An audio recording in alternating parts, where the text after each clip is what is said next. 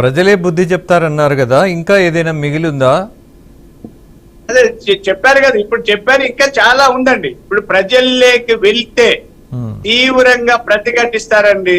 అంటే మనం అనకూడదు కానీ చాలా మంది నిరసన వ్యక్తం చేస్తారు, రాళ్లతో కొట్టిన ఆశ్చర్యాలు. అందుకే కదా జగన్మోహన్ రెడ్డి గారు భయపడి, ఆయనకి అసెంబ్లీ ఫోబియా పట్టుకున్నది. ఇప్పుడు మామూలుగా అందరికి ఒక్కొక్కరికి ఒక రకం ఫోబియా ఉంటది, రకరకాల ఫోబియాలు ఉంటాయి. కొత్తగా అసెంబ్లీ ఫోబియా పట్టుకొని అసెంబ్లీకి పోతే ఏమడుగుతారో ఏమి చెప్పలేము, అక్కడ ఏమవుతారో ఏదో తెలియక పారిపోయి బెంగళూరులో ఉన్నాడు. ఈయన ఒకడు నిలబడి ఏదో మాటలు చెప్తున్నాడు. కాబట్టి ఈ అక్రమాలని ఎవరైనా, మీరైనా, నేనైనా, ఎవరైనా చట్టబద్ధంగా పనిచేయాలి.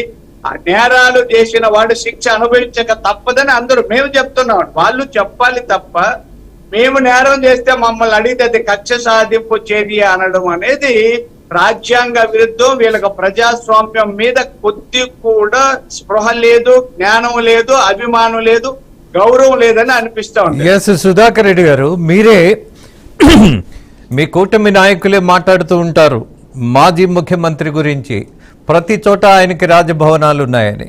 ఇప్పుడే కదా ఆయనకి విశ్రాంతి దొరికింది, బెంగళూరు వెళ్ళి ఆయన సొంత ఇంట్లో ఉంటే పారిపోయాడని ఎలా అంటారు? ఎందుకంటున్నారు? కారణం ఏంటి? అది ఇప్పుడే గుర్తొచ్చిందండి. మీరు అదే వాళ్ళు అడ్డదిడ్డంగా మాట్లాడు. ఆయనకి ఓడిపోయిన తర్వాత వెళ్ళమనండి, ఎవరు లేదండి. ఇప్పుడు నాకు కూడా మా ఊరు దాసరపల్లె, ఇక్కడ నుంచి 50 కిలోమీటర్లు.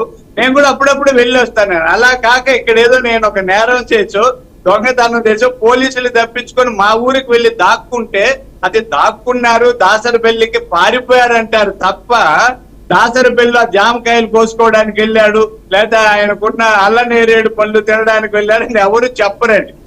జగన్మోహన్ రెడ్డి గారు ఇక్కడ తట్టుకోలేక బెంగళూరు పారిపోయారు. పారిపోవడమే, పారిపోకపోతే నిలబడండి. ఎవరైనా ఇప్పుడు చంద్రబాబు నాయుడు గారు అప్పుడు ఓడిపోయారండి. ఓడిపోయినప్పుడు ఎక్కడ రోజు ఆఫీస్ లో కూర్చొని పోరాటం చేశాం, మాట్లాడారు, కార్యోన్ముఖులు చేశారు. ఈయనకి సత్తా ఉన్న నాయకుడైతే ఇప్పటికి జిల్లాలన్నీ తిరిగి సమీక్ష సమావేశాలు పెట్టుండాలి.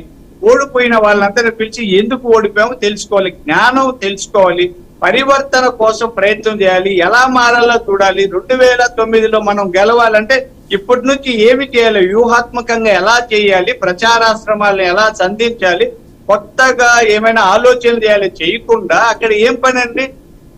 కానీ మీరు కూడా అర్థం చేసుకోవాలి సుధాకర్ రెడ్డి గారు, అవ్వాతాతల ప్రేమ ఏమైంది, అక్కా చెల్లెళ్ళ అనుబంధం ఏమైంది అని ఆయన దిగులు పడుతూ ఎందుకు ఓడిపోయానో తెలియనటువంటి పరిస్థితుల్లో he became very lonely. He was shocked by the verdict of the Andhra Pradesh people. So మరి ఆయనకి కొంచెం మానసిక విశ్రాంతి తీసుకోవాల్సిన పరిస్థితి ఉంటుంది కదా. అట్ ద సేమ్ టైం మీకు ఒక విజ్ఞప్తి పంపించాడు, నాకు ఒక ప్రతిపక్ష హోదా ఇవ్వండి బాబు అని. దాన్ని కూడా మీరు నిర్లక్ష్యం చేస్తున్నారుగా సార్. ఇప్పుడు దానికంటే సిగ్గు మాలిన చర్య ఇంకోటి లేదండి. ప్రతిపక్షం ఎందుకంటే హోదా మామూలు మన సాంప్రదాయాల ప్రకారం 10% సీట్లు ఉండాలి. ఎక్కడ ఇవ్వలేదండి. ఆయన ఏదో ఒక తప్పుడు లేఖ రాసేసి ఉపేంద్ర గారు రాజ్యసభ సభ్యులుగా ఉన్న ఆయనకి లోక్సభలో ప్రతిపక్ష నాయకుడు హోదా ఇచ్చారంటారు. బీజేఆర్ అంటే పి జనార్దన్ రెడ్డి గారికి అప్పుడు 94లో 26 సీట్లు వచ్చాయి కాంగ్రెస్ కు. ఆయనకేం ఇవ్వలేదు. ఆయన సిఎల్పి లీడర్ గా అద్భుతంగా మాట్లాడటం వల్ల సిఎల్పి లీడర్ అది ప్రాచుర్యం పొందింది. ఆయనకి అక్కడేమి ప్రతిపక్ష నాయకుడు హోదా ఇవ్వలేదు. ఇతనికి చేత కాదండి, మాట్లాడమనండి, ఎవరు ఆపేస్తారు? జగన్మోహన్ రెడ్డి గారు స్పష్టంగా పద్ధతిగా సమస్యల మీద లేకపోతే ఏదైనా లోపాలు జరిగితే ఎత్తి చూపితే అసెంబ్లీలో మాట్లాడమనండి. అసెంబ్లీలో ఆయనకి సమయం ఇవ్వకపోతే బయట వచ్చి ప్రెస్ మీట్ పెట్టమనండి. తనకు ఒక ఛానల్ ఉంది, పత్రిక ఉంది, కూర్చొని మాట్లాడండి, గంటల ధరబడి మాట్లాడండి, పేజీలు కొద్దిగా వార్తలు రాయండి. ఎవరొద్దన్నారు? చేతకాక అక్కడెక్కడికో పారిపోయి నాకు అది లేదైనా పిల్ల చేస్తాండి, నాకు ప్రతిపక్ష హోదా ఉంటే మాట్లాడతాను, లేకపోతే ప్రతిపక్ష హోదా ఎందుకంటే మాట్లాడేవాడికి ఇప్పుడు మనకుంది. ఇప్పుడు ఒకరే మాట్లాడితే కూడా ఆ వాదనలో పటిమ ఉంటే, వాదనలో పరిపక్వత ఉంటే, వాదనలో అంతో ఇంతో సబ్జెక్ట్ ఉంటే ప్రజలు వింటారు. దానికేం అసెంబ్లీలోనే మాట్లాడాల్సిన అవసరం లేదండి. అసెంబ్లీలో ఆయనకు తగిన సమయం రాకపోతే బయట మాట్లాడండి. ఇంకెవరికైనా అయితే ఛానల్, ఆయనకు ఒక ఛానల్ ఉంది, లైవ్ పెట్టుకో, బయట వచ్చి రోడ్డు మీద కూర్చొని మాట్లాడచ్చండి. పాత రోజుల్లో లీడర్లు ఎంత నిబద్ధతతో పనిచేశారో మనం ఆలోచించాలని. కమ్యూనిస్టులు అయితే ఎవరు లేకపోయినా ఒకరో ఇద్దరు ఉంటే కూడా ఒక 10 మంది ఉన్న ఊరేగింపు చేస్తారా, 10 మందితో ధర్నా చేస్తారా, 10 మందితో మాట్లాడతారు. తమిళనాడులో అండి ఒక నాయకుడు ఎక్కడో మాట్లాడుతుంటే ఆ వీధంతా మైకులు పెట్టుంటాడు. తీరా మనం స్టేజ్ దగ్గరికి పోతే ఆ 4-5 కూడా ఉండడు.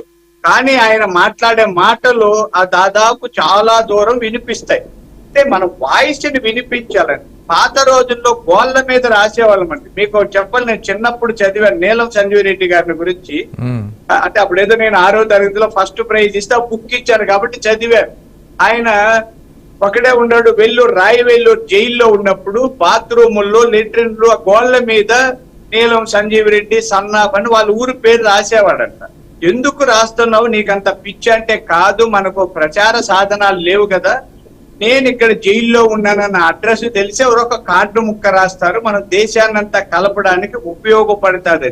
అలాగే రైళ్ల మీద ఏదో చిన్న కరపత్రాల్లాగా రాసి అంటించేవాళ్ళు. ఢిల్లీలో అంటిస్తే అది కేరళ వరకు వెళ్తూ అందరూ చదువుకునేవాళ్ళు. అంటే ప్రచార మాధ్యమాలు ఏవీ లేని రోజుల్లో ఉప్పుతో రాసి, ఎర్రమన్నుతో రాసి, గోళ్ల మీద రాసి, కరపత్రాలు వేసి, అంటే పాంప్లెట్ చేతి వేసి, లేదా ఇంకా గోళ్ల మీద రాసి ప్రచారం చేసే రోజుల్లోనే పోరాటం చేస్తే ఈ రోజు ఎక్కడ నుంచి కూర్చొని ప్రపంచాన్నంతా మనం ముందుకు తెచ్చుకోగలిగిన, అంటే అరచేతిలో ప్రపంచాన్ని దాచుకోగలిగిన టెక్నాలజీ ఉన్న సమయంలో నాకు మాట్లాడేదానికి అవకాశం లేదు, నాకు ప్రతిపక్ష హోదా లేదంటే సాకులు వెతకడం తప్ప అర్థం లేదా.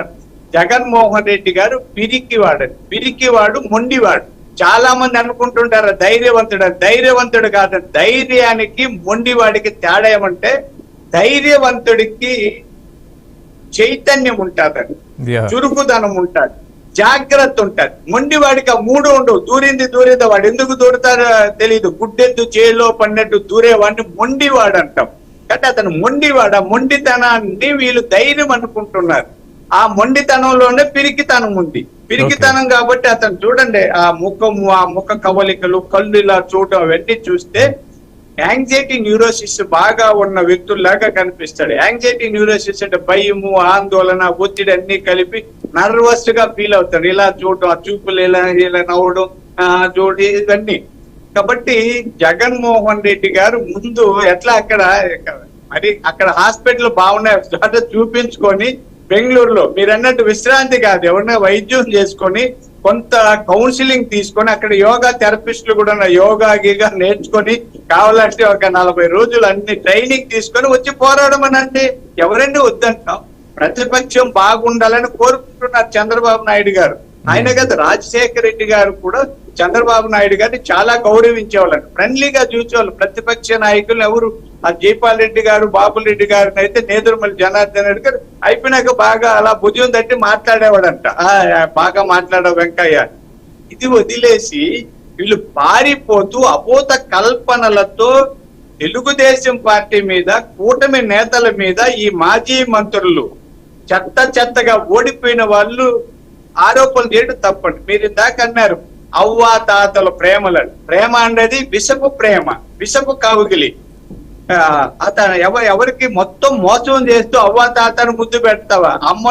అమ్మకు దిక్కు లేదు, చెల్లికి దిక్కు లేదు, బాబాయికి దిక్కు లేదు, బాబాయి కూతురికి దిక్కు లేదు, ఇంట్లో తనతో పుట్టిన వాళ్ళకు దిక్కు లేదు, కట్టుకున్న భార్యకి దిక్కు లేదు, ఎవరికి దిక్కు లేని ఇతను అవ్వని, తాతని, చెల్లమ్మను, కన్నమ్మను, పిన్నమ్మను, ఆయమ్మను అంటే ఎవరండి?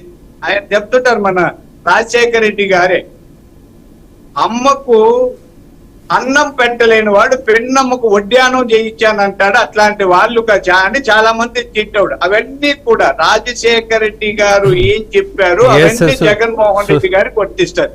ముగుడిని కొట్టి మొగసాలకి ఎక్కినట్టు ఆయన చెప్పే సామెతలని. అంటే ముగుడిని ఇంట్లో కొట్టి బయట వచ్చి మొగుడు తప్పన్నాడు. అట్లా అంబటి రాంబాబు వాళ్ళంతా ఇదే పని. కొంతమంది అంతర్ధానం అయినారు. ఇంకా మా రోజా గారు ఇంకా కనపల్లి, ఆమె ఎక్కడో గజ్జలు కట్టుకుంటుంది కాళ్ళకి ఎగరడానికి. ఇంకా కొంతమంది ఎక్కడెక్కడ ఉన్నారు, అందరూ వస్తారండి. వచ్చే వరకు ఆగుదాం. నిబద్ధతతో న్యాయంగా మాట్లాడడం నేర్చుకుంటే ప్రజలు వాళ్ళకి గౌరవం ఉంటుంది. 40% ఓట్లు వచ్చే కాదనో, లాస్ట్ టైం చంద్రబాబు నాయుడు గారికి 40% వచ్చే మీరు గౌరవించారు. ఎన్ని తప్పుడు కేసులు, ఎన్ని హింసలు, ఎన్నండి చాలా చేశారు. కాబట్టి దేవుడు సరైన శిక్ష విధించారు, ఫలితాన్ని అనుభవించక తప్పదండి. ఎస్ సుధాకర్ రెడ్డి గారు, ఫ్లోలో ఒక మాట మరి మీరు తెలుసన్నారో లేక పొరపాటునన్నారో నాకు అర్థం కాలేదు. భార్యకు కూడా దిక్కు లేదు